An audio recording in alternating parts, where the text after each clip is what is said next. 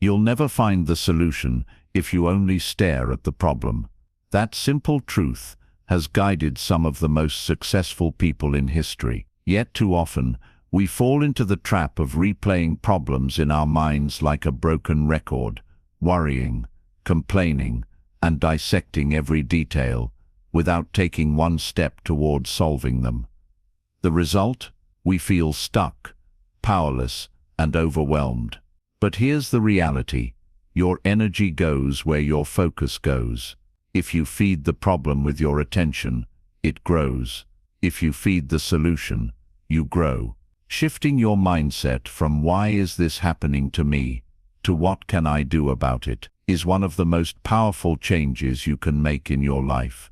In this audiobook, we will explore how to stop being a prisoner of your problems and start becoming the architect of your solutions.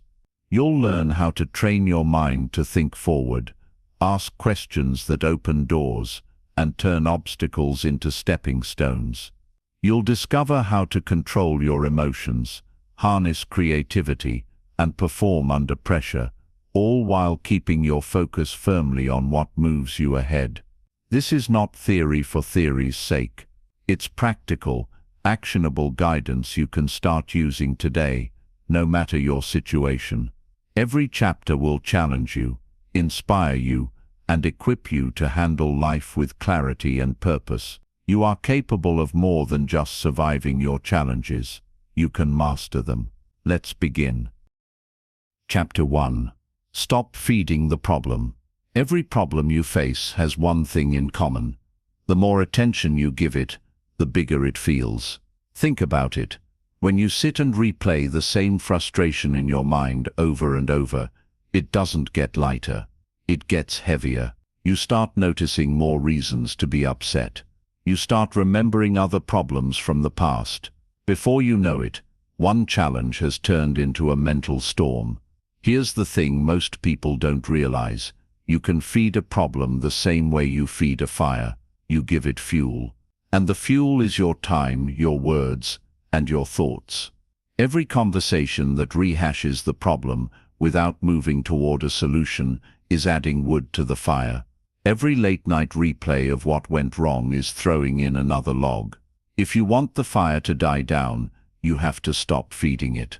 That means cutting off the endless why questions that keep you stuck. Why did this happen? Why is life so unfair? Why do they treat me like this? Those questions have no exit. They just loop you back into frustration. Instead, shift to what now.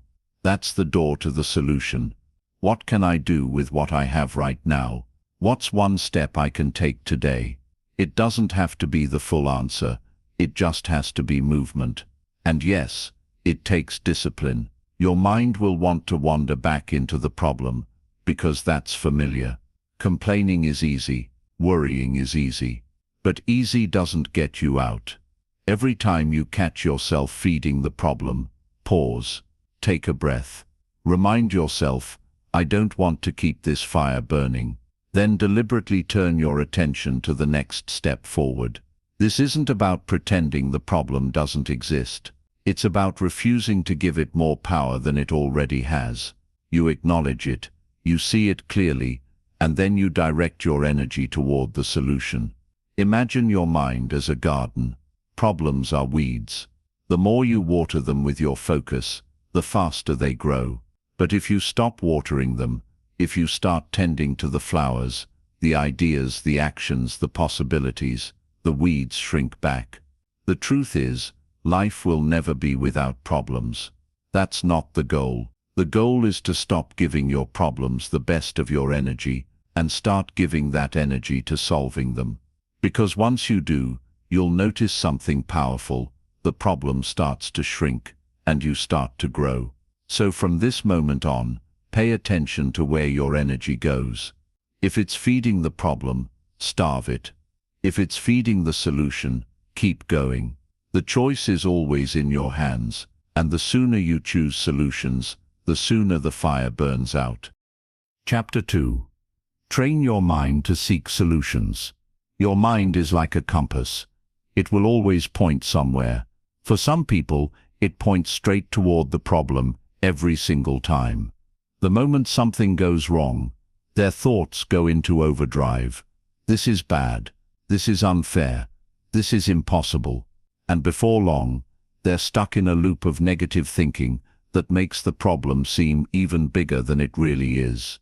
But here's the encouraging part. Your compass can be reset. You can train your mind to point towards solutions instead of problems. It's not magic, it's a skill. And like any skill, it gets stronger the more you practice it. The first step is awareness. You can't change what you don't notice. So start paying attention to your thought patterns. When something goes wrong, what's the first thing your mind says? Is it, "I can't believe this happened"? Or is it, "All right, what can I do"? If your default reaction is to dwell on the negative, don't judge yourself, just notice it. That's the moment you have the power to redirect. The second step is replacement. You can't just tell your mind, "Stop thinking about the problem." It needs something new to focus on. That's where replacement comes in. The moment you catch yourself spiraling into the problem, replace it with a forward-focused thought. Something like, "What's my next step?" Or "Who can help me with this?" Or "What's one thing I can do today that moves me forward?" This shift might feel awkward at first. That's normal. Your brain is used to going down the old path. It's like a well-worn trail. The more you walk it, the deeper it gets.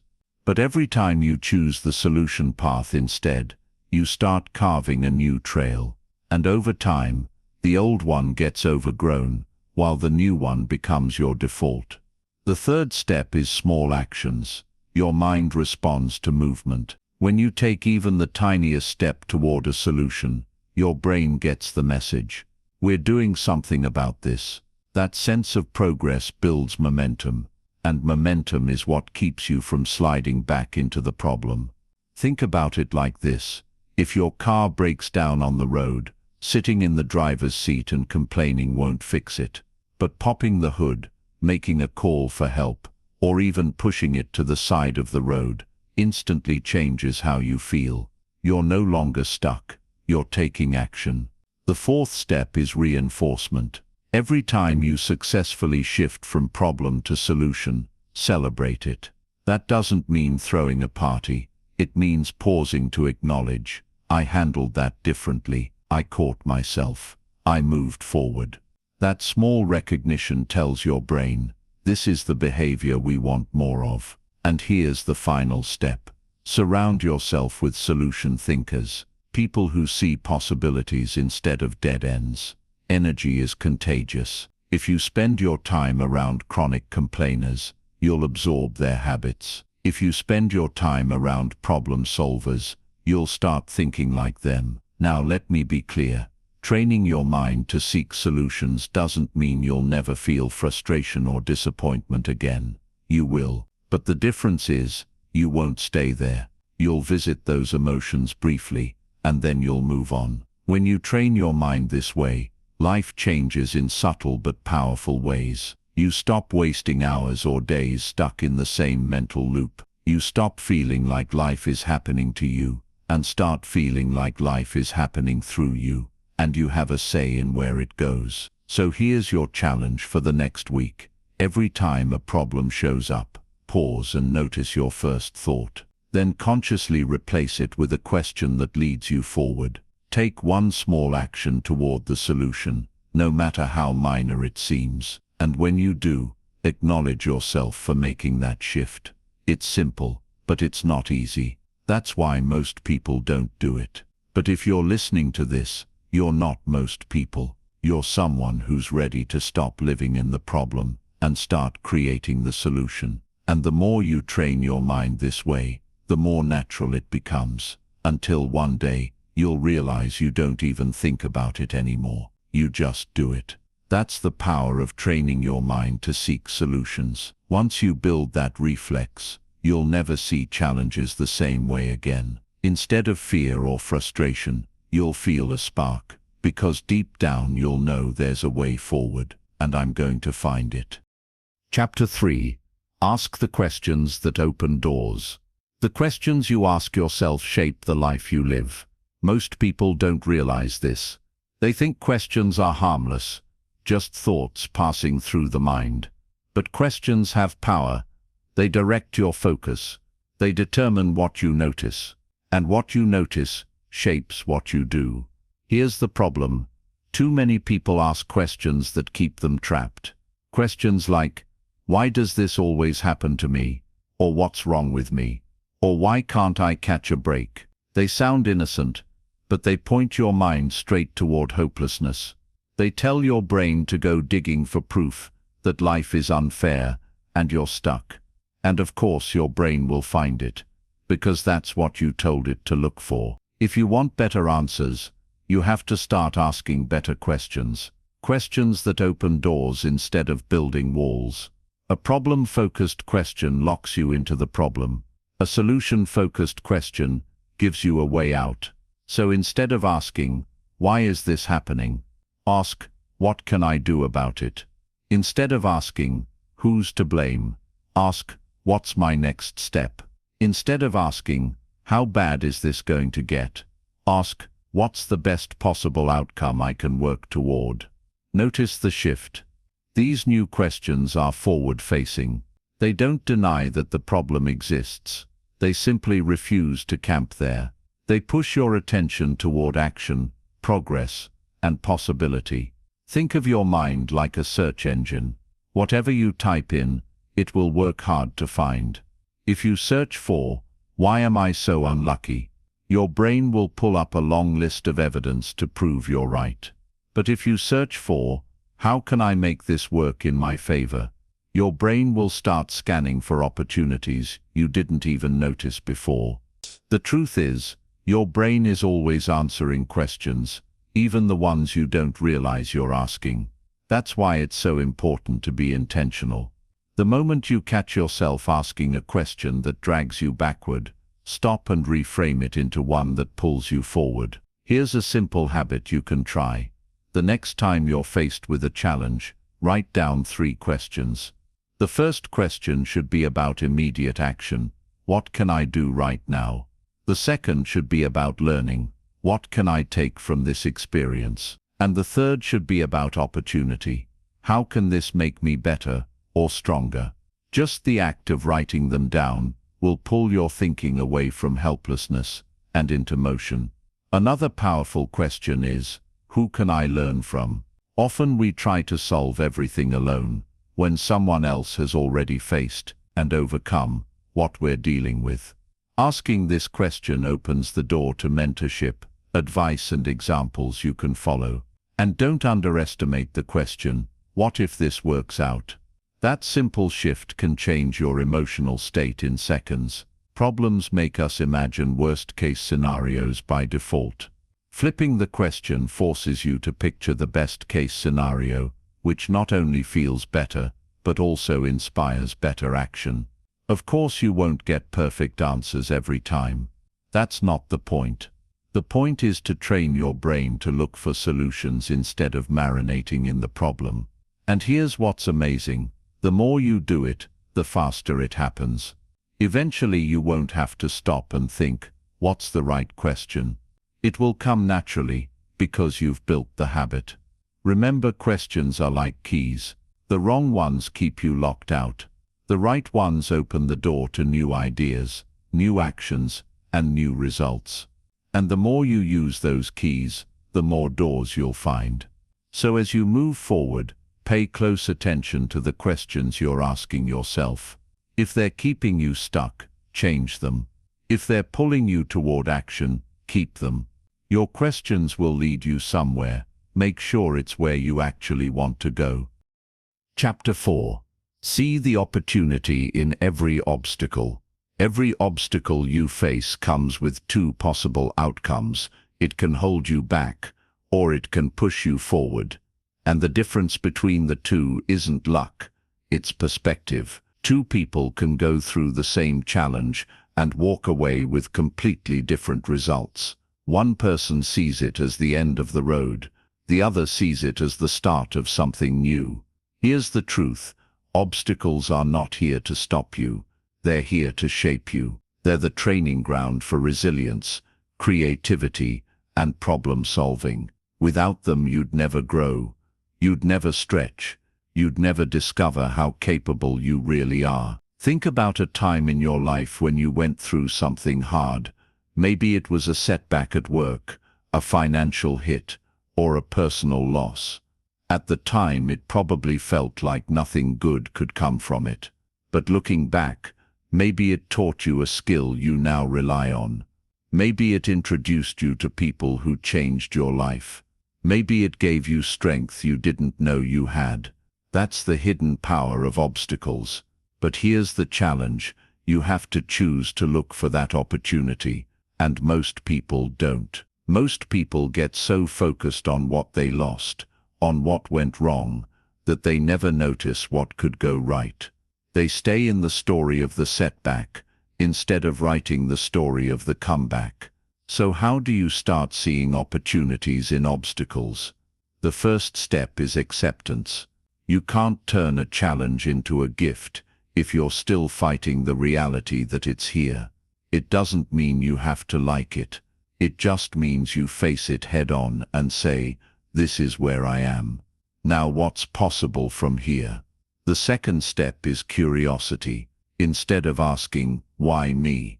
start asking, "What can this teach me?"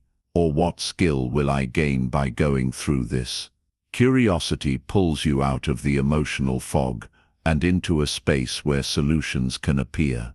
The third step is to look beyond the immediate pain. Right now, the obstacle might feel like it's only taking from you, your time, your energy, your peace of mind.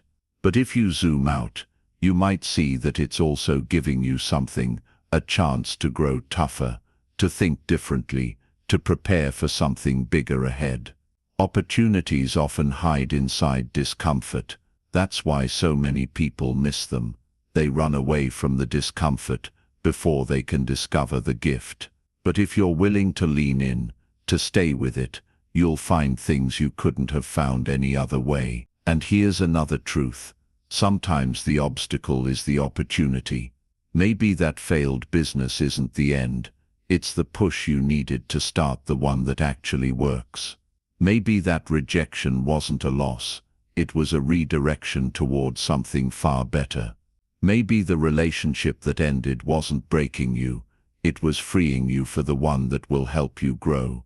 Life rarely gives us perfectly wrapped opportunities. Most of the time they come disguised as challenges. And if you can remember that, you'll stop seeing obstacles as roadblocks and start seeing them as stepping stones. So the next time you face something that feels like it's in your way, pause and shift your focus. Ask yourself, where's the opening here? What could this make possible? How could this be working for me instead of against me? You might not see the answer immediately. That's okay. Keep looking, keep asking, keep moving forward. Because here's the thing, opportunities are everywhere, even in the moments that feel like dead ends. And when you train yourself to see them, you stop fearing obstacles. You start welcoming them. You know that every challenge is just another chance to grow, to adapt, and to create something better than you had before. Your obstacles don't have to break you. They can build you, if you let them. Chapter 5. Control your emotions before they control you. When a problem shows up, your first reaction isn't usually logical. It's emotional. Maybe it's frustration. Maybe it's fear. Maybe it's anger. Whatever it is, it hits fast. And if you're not careful, that first emotional wave can sweep you into decisions you'll regret later. We've all been there. You send a heated email. You say something you didn't mean. You walk away from something you should have stayed with. And later, when the emotions settle, you realize you weren't thinking clearly. The problem wasn't just the problem. It was how you reacted to it. That's why controlling your emotions is so critical if you want to stay solution-focused. Because here's the truth, you can't think clearly when you're emotionally hijacked. It's like trying to see through muddy water. The more you thrash around, the cloudier it gets. The first step to controlling your emotions is noticing them early. Most people don't. They only realize they were emotional after the damage is done.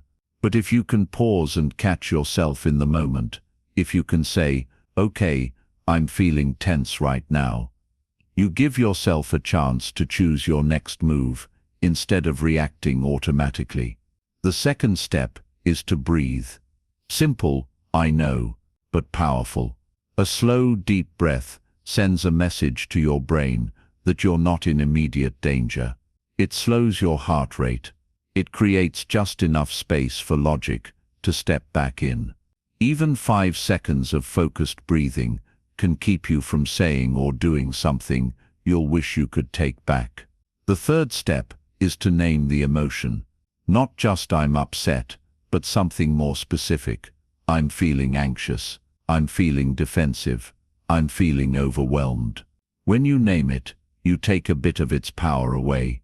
You stop being inside the emotion and start observing it from the outside. The fourth step is to shift your focus from reaction to response. A reaction is instant, it's emotional, raw, and usually driven by impulse. A response is intentional, it's thought out, measured, and aimed at the bigger goal. When you ask yourself, "How do I want to respond here?" you pull yourself out of the heat of the moment and back into control. Now, controlling your emotions doesn't mean ignoring them. You're not a robot, you're human. You're going to feel things, sometimes deeply. The goal isn't to suppress your emotions. The goal is to manage them so they serve you, not sabotage you. Think of it like driving a car. Your emotions can ride in the car with you. They can even point things out from the passenger seat. "Hey, look out for that." But they don't get to grab the wheel. You're in control of where you're going. And here's why this matters so much. When you can stay calm in the face of a problem, you can see solutions other people miss. While everyone else is panicking, you're thinking. While they're reacting, you're planning. And that calm presence becomes one of your greatest strengths. In fact, calmness is magnetic. People trust it. They want to follow it. They want to work with someone who doesn't crumble under pressure. And when you become that person, the one who can stay level-headed, even in chaos, opportunities start coming to you. The next time a problem triggers you, remember this: you don't have to act on your first feeling. You don't have to send the email right now. You don't have to fire back the comment. You can pause, breathe, name what you're feeling, and decide on a response that moves you forward instead of making the problem bigger. Control your emotions, and you control the situation. Lose control of your emotions, and you give the situation control over you. The choice is always yours, and the more you practice, the more natural it becomes, until one day, staying calm isn't something you try to do. It's just who you are. Chapter 6. Build your personal solution toolkit. Every great problem solver has something in common. They don't rely on luck, they rely on tools. And I'm not just talking about physical tools. I'm talking about mental tools, emotional tools, and practical habits that make finding solutions easier and faster. Think of it like having a toolbox you carry with you everywhere. When a problem shows up, you reach in, pull out what you need, and get to work. The first tool in your kit is clarity. You can't fix what you don't fully understand. When a problem appears, slow down and define it clearly. Ask yourself, what exactly is happening? What's the real issue here? Too many people waste time working on the wrong thing because they never stop to identify the root problem. Clarity saves you from chasing shadows. The second tool is focus. Once you know what the problem really is, you have to give it your full attention, but only long enough to start building a solution. That means cutting out distractions,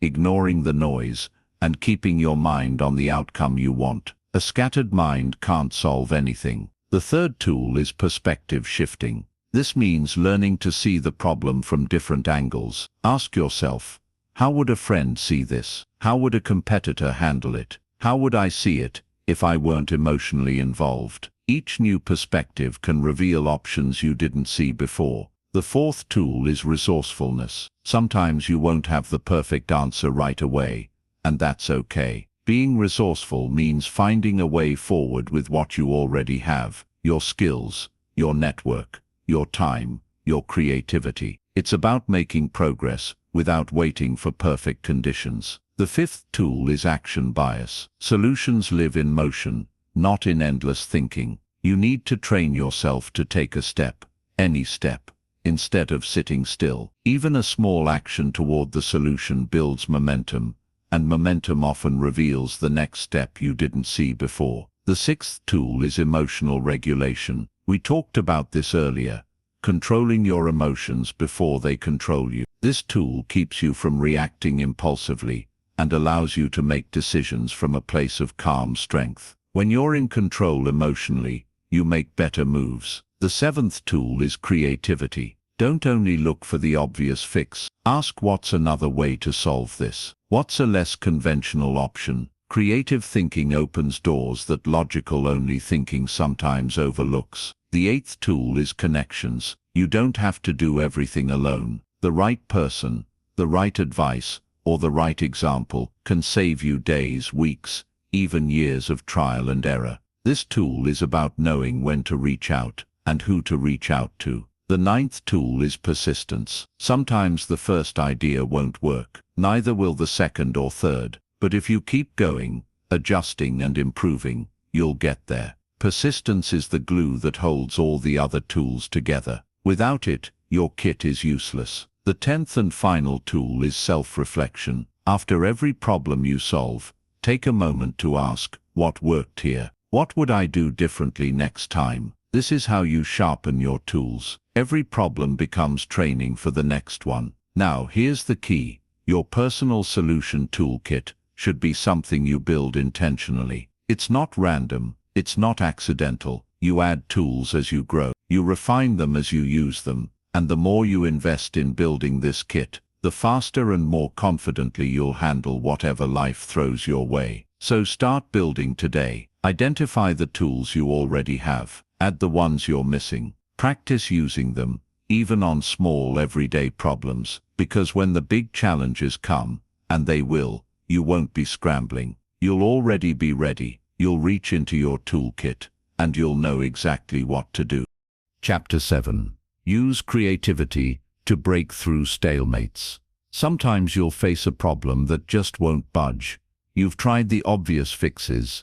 You've asked the usual questions. You've gone down the standard path. And still, nothing's working.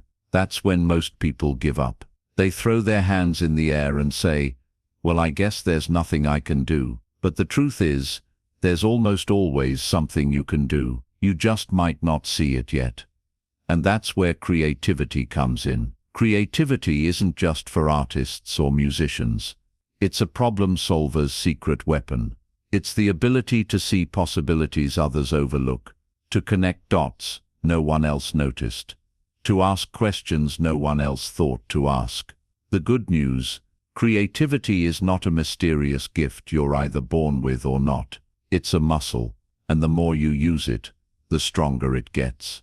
One of the easiest ways to spark creative thinking is to change the setting. If you've been stuck at your desk for hours trying to solve something, get up and move. Go for a walk, sit in a cafe, work in a park. A new environment forces your brain to take in fresh sights, sounds and sensations, and that can trigger new ideas. Another method is to change the rules. Ask yourself, what if I had to solve this without spending any money? What if I had to solve it in 24 hours? What if I couldn't use the most obvious solution? Constraints don't kill creativity, they fuel it. They push you to think beyond the easy answers. You can also borrow ideas from other fields. Maybe your challenge is in business, but the solution comes from studying sports strategy. Maybe it's a personal issue, But the breakthrough comes from how nature solves a similar problem. The more you expose yourself to different ways of thinking, the more raw material your brain has to work with. One of my favorite creative tools is what else. When you think you've run out of options, ask that question. What else could I try? What else could work? What else could move me forward? Don't stop at your first 3 ideas. Push yourself to get to 10.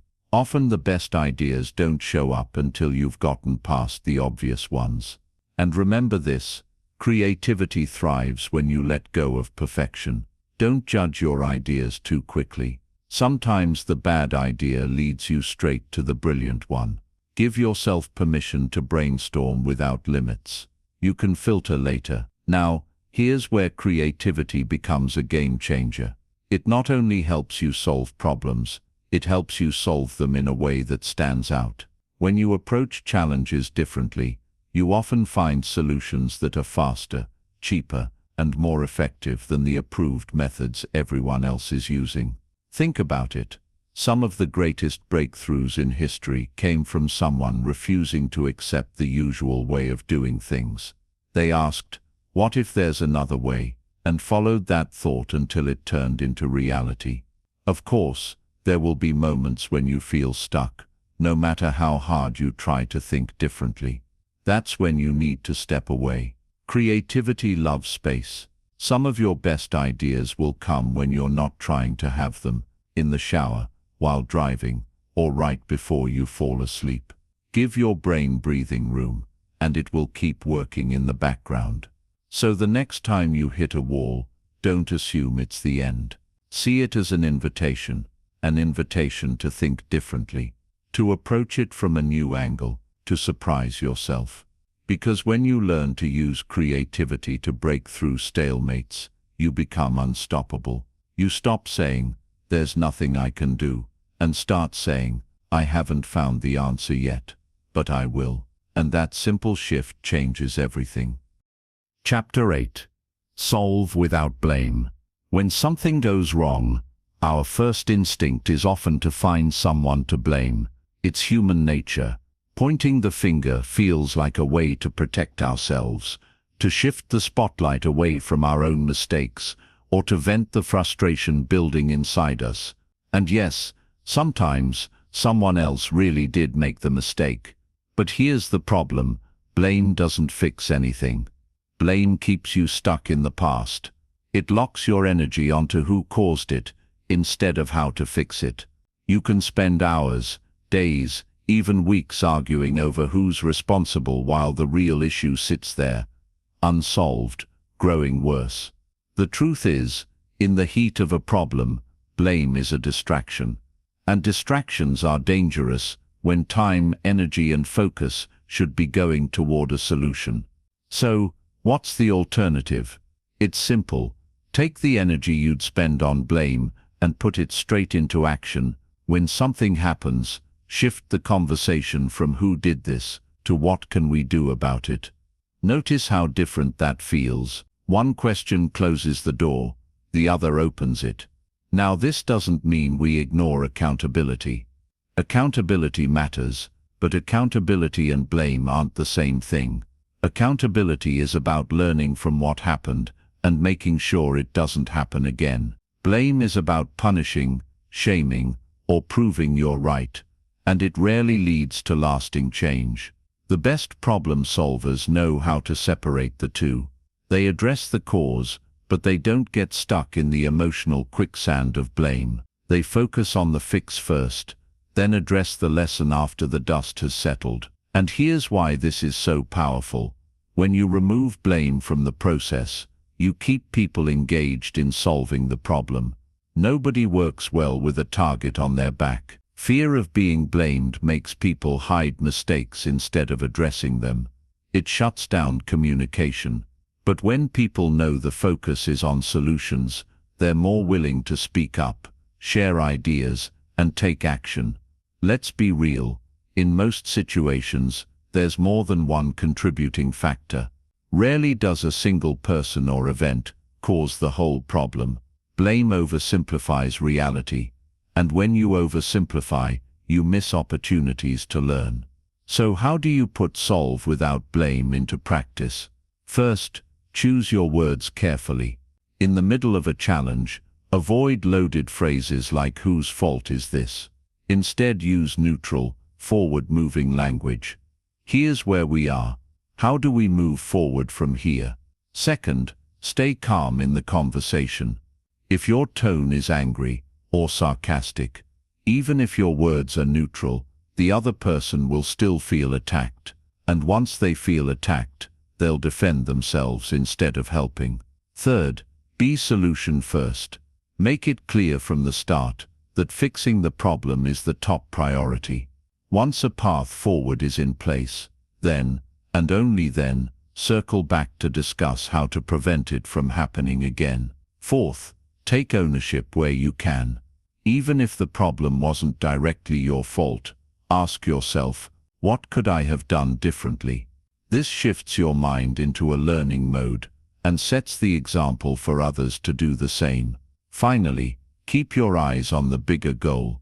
The goal isn't to win an argument. It's to move past the issue and keep momentum. The faster you focus on the fix, the faster you can get back to progress. When you lead with this mindset, something amazing happens. People trust you more. They know you won't throw them under the bus when things go wrong. And that trust means when the next problem comes, they'll work harder alongside you to solve it. Blame is easy. Anyone can point a finger.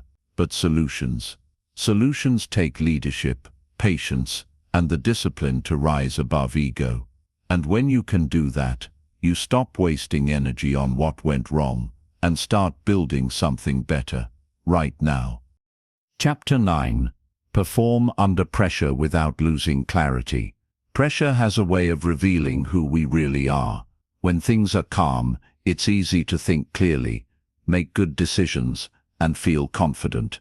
But when the clock is ticking, when the stakes are high, when there's no room for mistakes, that's when your mindset truly gets tested. Here's the truth. Pressure itself isn't the enemy. In fact, it can sharpen you. It can pull out a level of focus and performance you didn't even know you had. The problem is, when pressure turns into panic, panic clouds judgment. Panic makes you react instead of respond, and when you're reacting blindly, you're more likely to make the situation worse. So, how do you stay clear-headed when everything feels like it's on the line? First, control your breathing. It might sound simple, almost too simple, but it's one of the fastest ways to settle your mind. When pressure hits, your body naturally speeds up, your heart races, your breathing gets shallow, and your muscles tense. A few slow, deep breaths can reverse that. In through the nose, hold for a moment, out through the mouth. It's like hitting the reset button on your nervous system. Second, shrink the moment. Under pressure, we often make the problem feel bigger than it is. We start thinking in extremes. If I mess this up, everything will fall apart. That kind of thinking doesn't help. Instead, focus only on the next move. Not the next 10 moves. Just the one right in front of you. You can handle this moment. And if you can handle this moment, you can handle the next one. Third, trust your preparation. Pressure is easier to handle when you know you've done the work ahead of time. If you've been practicing your skills, learning your craft, and building your confidence, you have a foundation to stand on. When the heat is on, remind yourself, I've trained for this. I'm ready for this. Even if it's not the exact scenario you prepared for, the mindset and skills you've built will still carry over. Fourth, speak to yourself with authority. In high-pressure moments, your inner voice can either be your greatest ally or your worst enemy. If you let fear run the conversation, this is too much, I can't do this, you'll fold. But if you take charge of that voice, stay calm, you know what to do. Focus, you'll give yourself a mental anchor in the chaos. Fifth, keep perspective. Ask yourself, will this matter in a year? In 5 years? Often the pressure we feel is magnified because we treat everything like it's life or death. But when you put it in perspective, you realize, even if this doesn't go perfectly, it's not the end of the world. That realization can free you up to perform at your best. Sixth, practice pressure before it's real. If you want to stay calm in high-stakes situations, put yourself in smaller high-stakes situations regularly. Challenge yourself. Take on projects with tight deadlines. Speak in front of groups. Play competitive sports. The more you expose yourself to controlled pressure, the more comfortable you'll become in the real thing. And finally, commit fully to the task. When you're under pressure, there's no room for half-in, half-out thinking. Decide what needs to be done, lock in, and give it your full energy. Doubt is a distraction you can't afford in those moments. Here's something important to remember. Pressure doesn't break you. It just makes you more of what you already are. If you've built the habits of staying calm, thinking clearly, and acting decisively, pressure will bring those traits out. But if you've been practicing panic and hesitation, pressure will expose that too. So make your training ground everyday life. Practice calm in traffic. Practice patience when plans change. Practice focusing when distractions try to pull you away. That way, when the big moment comes, you won't have to force clarity. It will already be part of who you are. Performing under pressure isn't about being fearless. It's about being prepared, staying present, and trusting yourself enough to act when it matters most. And when you can do that, pressure stops being something you dread and starts being the place where you rise. Chapter 10. Strengthen resilience through repeated solutions. Resilience isn't something you're born with in full supply. It's something you build, layer by layer, challenge by challenge, solution by solution. Every time you face a problem and work through it, you're not just fixing that one issue, you're training yourself for the next one. You're making yourself harder to knock down. Think of it like building muscle. You don't get stronger by lifting a weight once. You get stronger by lifting again and again, gradually increasing the challenge. The same is true for mental and emotional strength. The more you solve, the stronger you become. And here's the best part. The next time life throws something at you, it doesn't feel quite as heavy as before. The mistake many people make is thinking resilience comes from avoiding problems. But that's the opposite of how it works. You can't grow stronger if you're always looking for an escape route. Resilience comes from going through the fire, not around it. Every solution you find is proof. Proof that you're capable. Proof that you can handle more than you thought. And the more proof you gather, the more confident you become. It's like building a mental archive of victories, big and small, that you can draw on when the next challenge shows up. The process works like this. First, a problem appears. Your initial instinct might be fear or frustration. That's normal. But instead of freezing or running, you engage. You look for answers. You take action. Second, you push through the discomfort. This is where most people quit.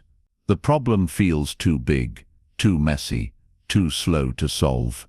But if you keep moving, even in small steps, you reach the third part, the breakthrough. That moment when the solution clicks, when you realize, I can do this. Finally, you come out on the other side with more than just a solved problem. You come out stronger, and that strength stays with you. Now here's where the real magic happens. When you've gone through that process enough times, you stop fearing problems the way you used to. You start to see them as opportunities to get better, and that shift changes everything. It doesn't mean you'll start enjoying problems. Nobody loves the stress they bring, but you'll stop feeling powerless in the face of them. Instead, you'll think, this is tough, but I've handled tough before. That single thought keeps you from spiraling into hopelessness. To build this kind of resilience faster, be intentional about recognizing your wins. After you solve something, no matter how small, take a moment to acknowledge it. Remind yourself, I figured that out. I made it through. Too often we solve problems and immediately move on, forgetting the growth that just happened. Don't let those victories fade away unnoticed.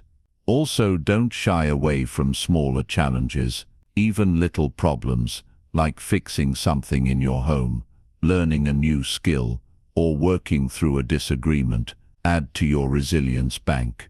Every solved challenge is another rip in the gym of life. And here's a crucial point. Resilience isn't just about surviving, it's about bouncing back better. It's using each challenge to refine your thinking, strengthen your patience, and sharpen your problem-solving skills. Over time, you'll notice something powerful. The same situations that used to overwhelm you now barely shake you. Why? Because you've built yourself into someone who doesn't crumble at the first sign of difficulty. You've turned repeated solutions into a permanent strength. So, embrace the process. Don't look at problems as proof that life is unfair. Look at them as the training sessions that are making you unshakable. The more you solve, the stronger you get. And the stronger you get, the more unstoppable you become. Resilience isn't built overnight. It's built every time you choose to face the challenge, take the step, and find the solution. Again and again, until one day you realize you're not just getting through life anymore, you're mastering it. Chapter 11. Apply solution. Thinking to every part of life. Solution thinking isn't just for emergencies. It's not just for the big dramatic challenges that show up once in a while. It's a mindset you can apply to everything: your career, your relationships, your health, your finances, even your daily routines. When you make it part of your everyday life, it stops being something you use and starts being part of who you are. Let's start with your career. At work, problems are inevitable. A project gets delayed. A client changes their mind. A deadline is tighter than expected. If your default reaction is to complain or get frustrated, you lose time and energy. But if your first instinct is to ask, "All right, how do we fix this?" you immediately put yourself in a position of value. People remember the ones who bring solutions, not just the ones who point out the problems. That's how you become indispensable. Now think about relationships. Whether it's with a partner, a friend, or a family member, disagreements will happen. The difference between a relationship that grows and one that falls apart often comes down to this: do you focus on being right, or do you focus on making it right? Solution thinking means asking, what will bring us closer, instead of, who's to blame? It's about moving toward resolution, not deepening the divide. Then there's your health. Maybe you want to lose weight, gain energy, or recover from an injury. Problem thinking focuses on the obstacles. I don't have time to work out, or eating healthy is too expensive. Solution thinking flips the script. How can I make workouts fit into my schedule? Or what affordable healthy meals can I prepare? One keeps you stuck, the other gets you moving. Your finances are another big area. Financial stress can feel overwhelming, but it's also a perfect training ground for solution thinking. Instead of getting stuck in "I'll never get out of debt," you ask, what steps can I take this month to reduce it?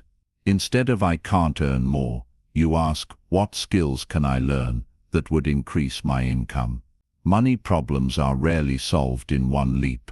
They're solved through steady, consistent solutions over time. Even everyday frustrations can benefit from this approach. Got stuck in traffic? Instead of fuming, think, what podcast or audiobook can I listen to so this time becomes valuable? Computer running slow. What can I clear or upgrade to fix this? Small problems are a great way to practice solution thinking, so it's second nature when the big problems come. Here's the thing, when you make solution thinking a daily habit, it starts to change how you see the world. You stop feeling powerless. You stop waiting for perfect circumstances. You stop being at the mercy of whatever happens around you. Instead, you step into ownership. You think, no matter what shows up, I can work with it. And this mindset has another benefit. It makes you more optimistic. Not in a pretend everything's fine way, but in a grounded, confident way. You know life will have challenges, but you also know you have the ability to meet them. That changes the way you walk into every situation. The best way to make this shift permanent is to be intentional. Pick one area of your life right now, maybe your job, your fitness, or your personal relationships, and commit to applying solution thinking there for the next 30 days. Every time a problem pops up, stop yourself from reacting out of habit. Ask a better question. Look for the next step forward. Take action, no matter how small. Before long, you'll notice it spilling over into other parts of your life without you even trying. You'll start to catch yourself replacing frustration with curiosity, blame with action, and fear with possibility. That's when you'll know you've made the leap. Solution thinking is no longer just a strategy you use. It's the way you live. And when that happens, life feels different. Problems stop being roadblocks. They become puzzles, and you, the problem solver, are always ready to put the pieces together. Chapter 12. Become a lifelong solution maker. By now, you've seen that focusing on solutions isn't just a trick to get through a tough week. It's a way of life. And the more you practice it, the more it becomes part of who you are. Not just something you do, but something you are. That's the goal, to become a lifelong solution maker. A lifelong solution maker doesn't wait for problems to disappear. They don't waste time hoping things will magically fix themselves. They step forward, even when they don't have the full picture, because they know momentum matters more than perfection. They've built habits that make solution thinking automatic. When a challenge shows up, they don't freeze. They assess. They adjust. They act. They know that progress comes from movement, and movement starts with a decision. And here's what's powerful: being a lifelong solution maker isn't about being fearless. You'll still feel uncertainty. You'll still face moments of doubt. The difference is, you won't let those feelings dictate your actions. You'll move forward with them, not wait until they disappear. It also means you stop looking at life in terms of good days and bad days. Every day is just a day, and whatever it brings, you'll work with it. Some days bring easy wins, others bring complicated puzzles, but you show up the same way, ready to figure things out. To make this mindset stick for life, you have to keep sharpening it. That means reflecting on the solutions you've found and asking, what did I learn from that? How can I apply it next time? It means staying curious, reading, listening, talking to people who think differently, and expanding your toolkit. It also means leading by example. When the people around you see how you handle challenges, they'll be influenced by it. Even if they don't say it out loud, they'll notice that you don't dwell, you don't panic, and you don't waste time in blame. You focus forward, and over time, that energy is contagious. You end up inspiring others to step into the same way of thinking. Being a lifelong solution maker also requires humility. You'll never have all the answers, and that's okay. Sometimes the solution will come from you, and sometimes it will come from someone else. The important thing is that you care more about fixing the problem than about being the hero. There's one more thing: when you commit to this way of living, your relationship with problems changes forever. You stop seeing them as signs that life is against you. You start seeing them as the natural part of growth that they are. Just like a muscle grows by being challenged, your mind and character grow through each problem you work through.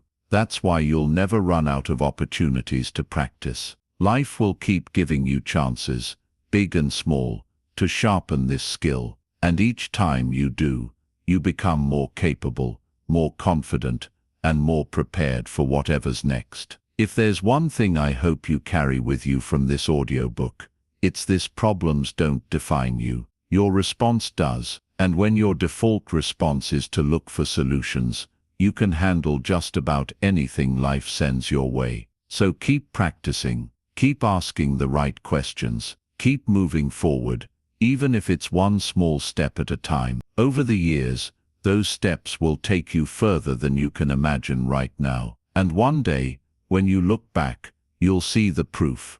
You didn't just survive challenges, you built your life through them. You turned obstacles into stepping stones. You became the kind of person who doesn't just talk about change, you make it happen. That's what it means to be a lifelong solution maker. And that's who you can choose to be, starting now. Conclusion: your life, powered by solutions. We've reached the end of this audiobook. But really, this is the beginning of a new way of living. You've walked through 12 chapters of ideas, tools, and perspectives, each one designed to help you shift your focus away from the weight of problems and toward the power of solutions. Here's the truth: life isn't going to hand you a problem-free path. Challenges will keep showing up. Some will be small and irritating, others big and intimidating. But the difference between staying stuck and moving forward will always come down to the same question: where will you put your energy? You now know that feeding the problem only makes it grow, and that solutions don't appear by accident. They come from clarity, from asking better questions, from controlling your emotions, from seeing opportunities in obstacles, and from building habits that keep you moving forward.